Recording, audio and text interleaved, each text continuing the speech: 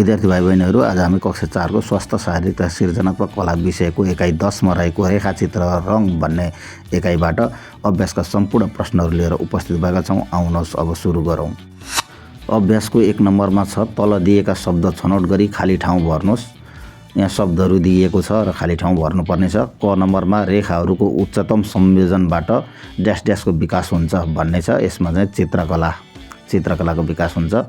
ख नम्बरमा गोलाकार, त्रिभुजाकार, आयतकार, वर्गाकार आदि ज्यामितीय आकारहरू हुन्। ज्यामितीय भन्ने शब्द यसमा मिल्छ। वस्तुमा प्रकाश पर्दा उक्त वस्तुको विपरीत भागमा छाया बन्छ। छाया भन्ने शब्द खाली ठाउँ भर्नुपर्ने छ। घ नम्बर, वस्तुमा प्रकाश परेमा मात्र रङको पहिचान गर्न सकिन्छ। यहाँ प्रकाश भर्नुपर्ने छ। पहेँलो, रातो र नीलो प्राथमिक रङका उदाहरण हुन्। यहाँ नीलो भरिएको छ। 2 को क नम्बर प्रश्न छ, तपाईँ आफूलाई मनपर्ने चित्र कसरी बनाउनुहुन्छ? चित्रसहित वर्णन गर्नुहोस्। आफूलाई मनपर्ने चित्र बनाउने तरिका यस्तो छ। के को चित्र बनाउने हो भनेर दिमागमा दृश्य कल्पना गर्ने, कागजमा ज्यामितीय रेखाले आकृति बनाउने, चित्रका ठुला भाग जस्तै टाउको, शरीर, पहाड, घर आदि मिलाउने, आँखाको आकार, कपडा, पात, हिउँ आदिका विवरण राख्ने, छाया निर्माण गर्ने, मिल्दो रङले चित्रलाई जीवन्त बनाउने। यहाँ चित्र पनि दिएको छ, ध्यानपूर्वक हेर्नुहोला। ख नम्बर प्रश्न छ, ज्यामितीय आकारको प्रयोगबाट चित्र कसरी निर्माण गर्न सकिन्छ? चित्रसहित व्याख्या गर्नुहोस्। ज्यामितीय आकार प्रयोग गरेर चित्र बनाउने सबैभन्दा सरल तरिका यस प्रकार छ। पहिले आधारभूत आकार बनाउने, वृत्त, वर्ग, त्रिभुज, आयत जस्ता ती आकार जोड्ने, मिलाएर आफूले चाहेको वस्तुको रूप दिने, बाहिरी रेखा बनाउने, जोडिएका आकारलाई एउटै आकृतिमा बदल्ने, विवरण र रङ थप्ने, चित्र पुरा हुन्छ। यसरी यहाँ एउटा चित्र पनि दिएको छ। ग, वस्तुमा छायाको प्रभाव कसरी देखाउन सकिन्छ? सिसा कलमको प्रयोग गरी कुनै वस्तुको छाया बनाउनुहोस्।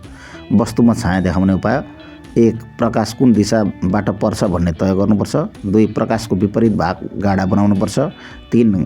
गाढाबाट फिक्कातिर बिस्तारै रङ मिसिँदै जाने बनाउनुपर्छ। 4. वस्तुको जमिनमा पनि हल्का फैलने छाया तान्नुपर्छ।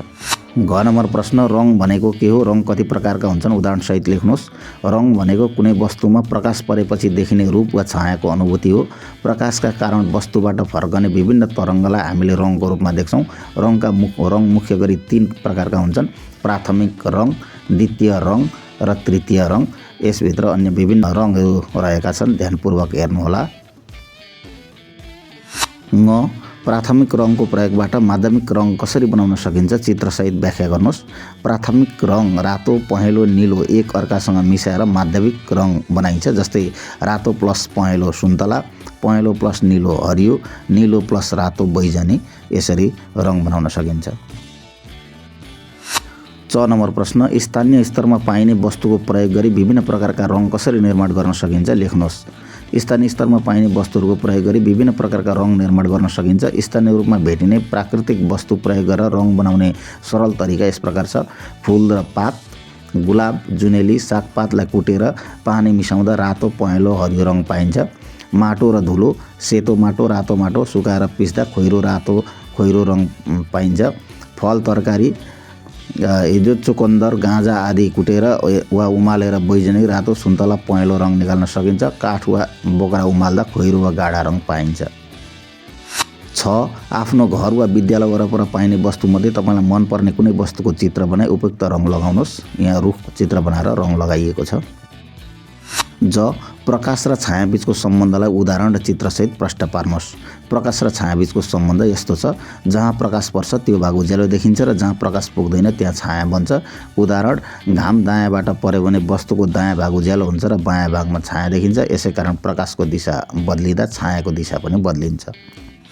झ, चित्र निर्माण कार्यमा रङको महत्त्व उदाहरणसहित प्रष्ट पार्नुहोस्। चित्र निर्माण कार्यमा रङको महत्त्व यस्तो छ: रङले चित्रलाई जीवित, आकर्षक र भावपूर्ण बनाउँछ। रङ नभए चित्र केवल रेखा मात्र हुन्छ, तर रङले भावना, समय, वातावरण र वस्तुहरूको पहिचान स्पष्ट बनाउँछ। उदाहरण यहाँ दिएको छ, ध्यानपूर्वक हेर्नुहोला। ङ, फिक्का रङ र गाढा रङ कसरी बनाउन सकिन्छ? प्रक्रिया लेख्नुहोस्। कुनै पनि रङमा सेतो रङको मिश्रणबाट फिक्का र कालो रङको मिश्रण गरी उक्त रङलाई गाढा बनाउन सकिन्छ। त, तपाईँको अनुहार सम्झेर आफ्नो मुहार चित्र बनाउनुहोस्। यहाँ चित्र बनाएको छ।